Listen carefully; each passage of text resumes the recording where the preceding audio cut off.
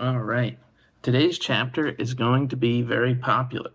Monetize. It answers the question of how do we actually make money from our app? This chapter is kind of dense, so instead of doing the normal list of takeaways that I usually do, we're going to cover this chapter in three main parts. One, we're going to talk about monetization as validation. Two, we're going to do business models, and we're going to do it in a lightning round format, so we'll see how that goes. Three, we're going to look at some tips to get monetization right.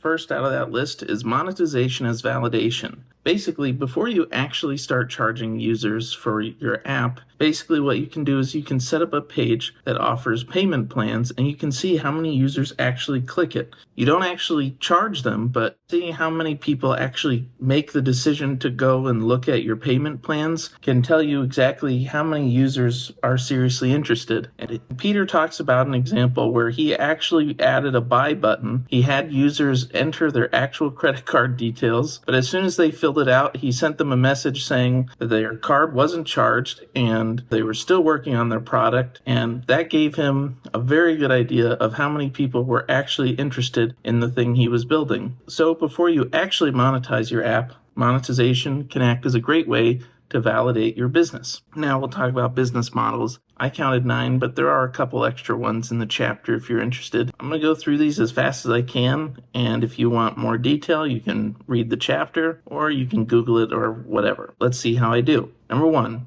you can limit features to paid users. So that's where you have to sign up for like Pro or Premium, and it's very effective, and that's why it's so common to see that type of business model. Pay per feature. It's similar, but that's where the user pays a small amount for each feature individually. There's ads. You know what ads are. You probably watched one to watch this video. Google ads apparently don't pay very well.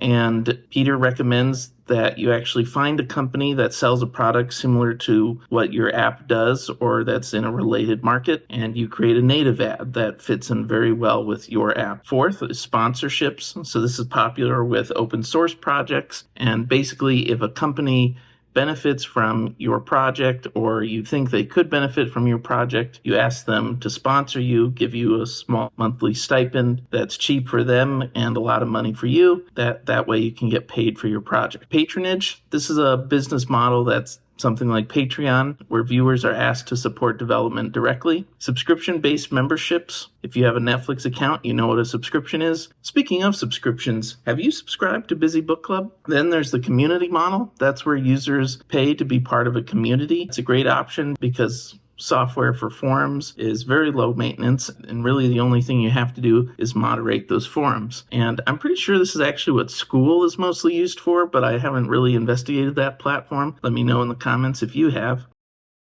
Editor Mike here. As I was going to upload this video, I came across an announcement from YouTube that they are adding a new community feature. Right now it's in the experimental phase, but it should be in YouTube in the coming months. So that could be a possibility for this business model.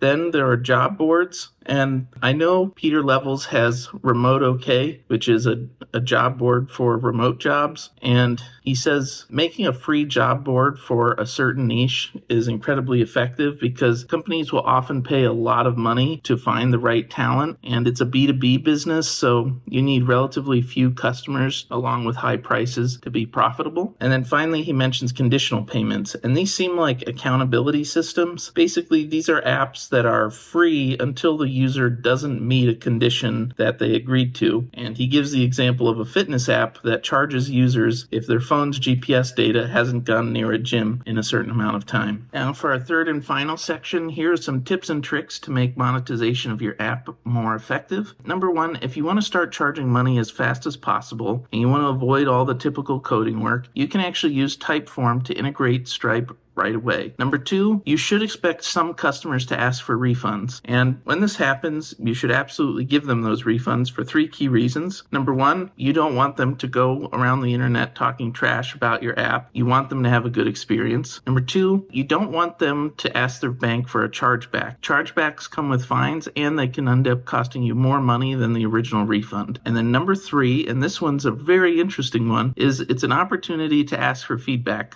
No one is going to give you more real feedback than someone asking for a refund. And when they give you that feedback, it could actually help you avoid other customers asking for refunds. So make sure you have that feedback loop set up. And then the third and final one is you want to find a good bookkeeper. This is not a place where you want to save money because the cost of a bad tax audit can be extremely high. You don't want to be subject to additional audits in the future, and a failed audit can end up costing you more money than you originally owed. So it's something that should be avoided at all costs. He recommends automating transaction data so you can make it as easy as possible for your bookkeeper to find the information they need. All right, that was a very long chapter. Thank you for watching. I will see you tomorrow for Chapter 7, Automate.